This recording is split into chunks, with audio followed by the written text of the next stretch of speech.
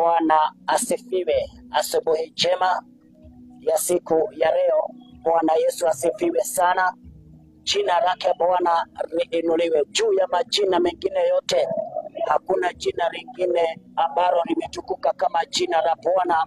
Asubuhi ya leo ametukuka na ameinuliwa. Nimekuja kukutakia Jumapili ya baraka. Leo ni siku ya Jumapili. Nimekuja kukutakia Jumapili yenye mafanikio, Jumapili yenye kibali cha Bwana, Jumapili yenye kuongozwa na Mungu kwa ibada ambazo tunafanyia Mungu leo.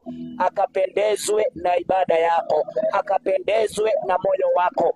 Huyu ambaye aliambia Samueli ya kwamba yeye huangalia mioyo ya wanadamu bali hatazami msimamo, urembo, ukubwa ama ufupi. Huyo ndiye Mungu ambaye ninakutakia baraka zake. Anapozuru mataifa, anapozuru mamilioni ya Wakristiano ambao wanaungana katika nyumba tofauti, kanisani tofauti ili kuweza kufanyia Bwana ibada, akaweze kukutana na wewe siku ya leo unapomfanyia ibada katika jina la Yesu Kristo. Nazo baraka za Bwana zikakuandame wewe na familia yako katika jina la Yesu. Sema amena.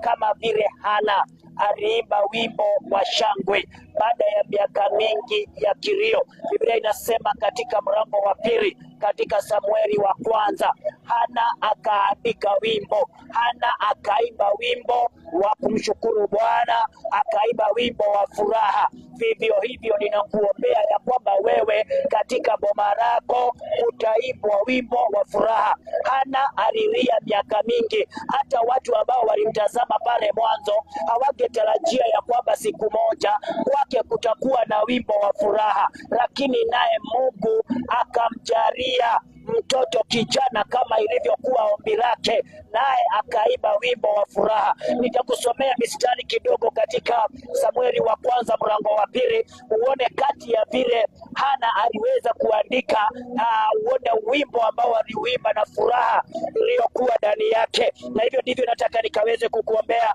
asubuhi ya leo ya kwamba katika maisha yako kutakuwa na wimbo wa furaha. Haijalishi kilio kimekuwa muda gani, haijalishi umechekelewa muda gani, haijalishi umedharauliwa muda gani, lakini nataka nikutakie wimbo wa furaha ukafikishwe kwako na Bwana katika jina la Yesu Kristo, mwana wa Mungu. Pahali popote ambapo unatazama video hii ukiwa, ujue jambo moja ya kwamba hata kama watu wote wengine wote wanaweza kosa kukutabua, hata kama